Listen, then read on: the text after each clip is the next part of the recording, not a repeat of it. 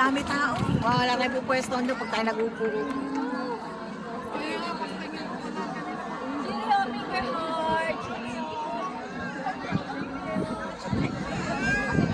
Second trip na naman. Hindi pa balik.